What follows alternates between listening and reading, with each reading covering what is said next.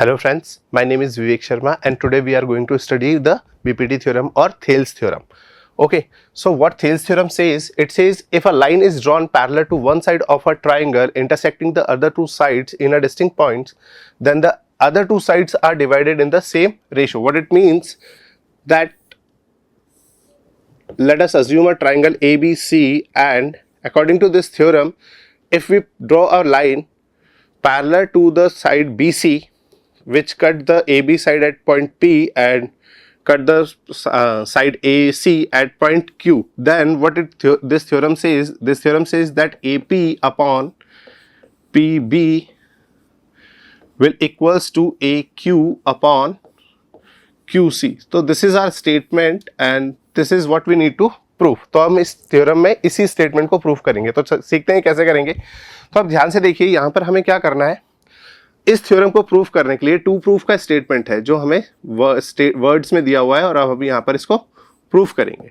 तो इसका प्रूफ बहुत इजी है, ऐसा कोई खास इसमें प्रॉब्लम नहीं आती है. हमें बहुत बेसिक सी बात समझनी है.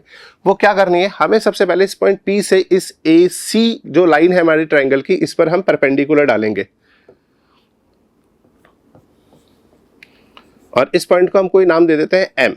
इसी तरह से हम Q से भी एक परपेंडिकुलर AB लाइन पर डालेंगे और इस पॉइंट को हम नाम दे देते हैं N. तो ये भी परपेंडिकुलर है. नाउ सेकंड थिंग जो हमें करनी है वो ये करनी है कि B से हमें Q को ज्वाइन करना है और इसी तरह से P को C से ज्वाइन करना है. नाउ अब यहाँ क्या हो गया, देखने में बड़ा अजीब सा या इस तरह से दिख रहा होगा, बट प्रॉब्लम अब सॉल्व करने के तरीके से हम चलें तो हमें क्या करना है, हमें कुछ इस तरह से करना है कि इस ट्राइंगल की ये वाली साइड A B जो साइड है और P B साइड का रेशो चाहिए. तो इसको करने के लिए हम क्या करते हैं, एरिया ऑफ ट्राइंगल निकालते हैं. Area of triangle APQ. तो जब हम इस ट्राइंगल में AP को बेस लेते हैं तो इसका स्टेटमेंट इसका फॉर्मूला क्या हो जाएगा, हाफ इनटू AP. और ध्यान से देखिए, इस साइड का परपेंडिकुलर मतलब हाइट जो होगी वो क्या होगी, QN के बराबर. QN इसको हम इक्वेशन 1 दे देंगे. अगेन हम इसी ट्राइंगल का एरिया यदि हम दोबारा निकालना चाहें तो इस बार हमें क्या करना होगा, हमें बेस बदलना होगा. तो हम सेकेंड टाइम जब ये काम करेंगे तो हम एरिया ऑफ ट्राइंगल APQ निकालेंगे और ये क्या हो जाएगा, ये हाफ इनटू, इस बार हमें बेस बदल देना है तो हम बेस क्या लेंगे, AQ लेंगे.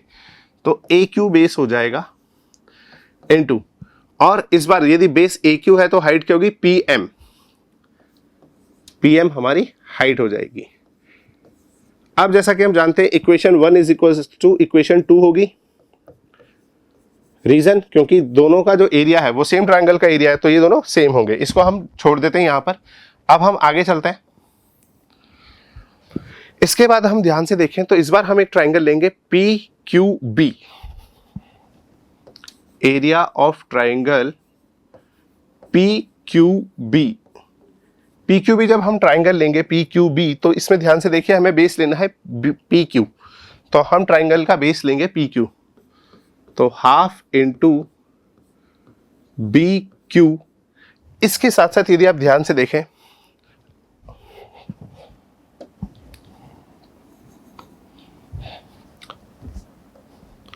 तो BQ नहीं, यहां पर आएगा BP. और इसके साथ यदि आप ध्यान से देखो इस ट्राइंगल की हाइट, तो इस ट्राइंगल की हाइट भी यही होगी QN. क्या होगी, QN. तो हम यहां पर क्या लिख देंगे, QN. इसको हमने इक्वेशन नंबर 3 नाम दिया है. और इसी तरह से अब हम दूसरा एक ट्राइंगल लेते हैं PQC. Area of triangle PQC.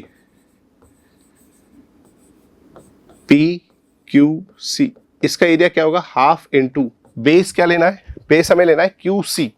तो हम यहां पर बेस क्या लेंगे, QC. और ध्यान से देखो इस ट्राइंगल का जो एरिया है, इस ट्राइंगल का जो एरिया है उसके लिए यदि ये बेस होगा तो हाइट क्या होगी, PM. तो यहां पर हम क्या लिख देंगे, PM.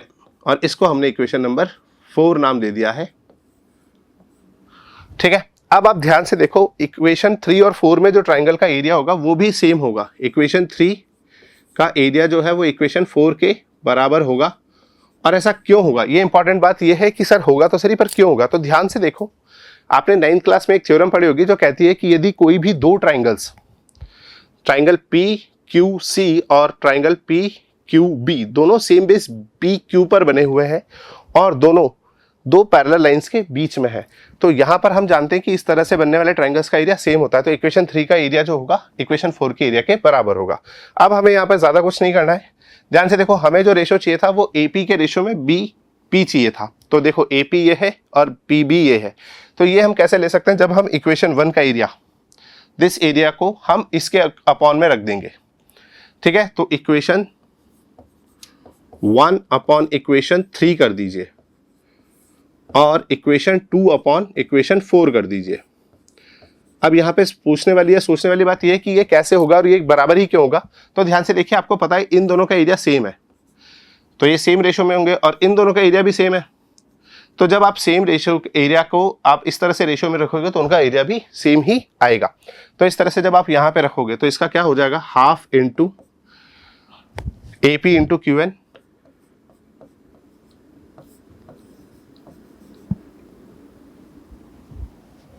ए P into sorry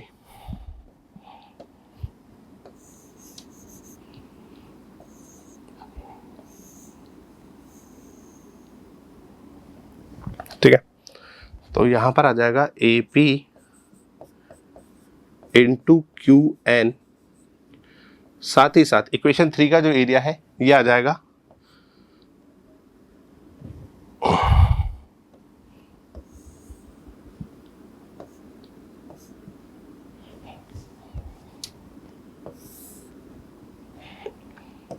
half into B P into Q N, और ये इक्वल्स टू में होगा हाफ इंटू इस साइड जो आपका ट्राइंगल बन रहा है ए क्यू, तो ये वाला ए क्यू इंटू इसकी height P M whole upon में half into Q C into P M. अब आप ध्यान से देखेंगे तो ये हाफ से हाफ हमारा कैंसिल आउट हो जाएगा, क्यू एन से क्यू एन कैंसिल आउट हो जाएगा, सिमिलरली इधर भी हाफ से हाफ कैंसिल आउट हो जाएगा और पी एम से पी एम कैंसिल आउट हो जाएगा। तो हमारा रेशियो आ जाएगा A P upon B P equals to A Q upon Q C. इस तरह से हमारा जो रेशियो हमें चाहिए था वो हमारा आ जाएगा। Thank you.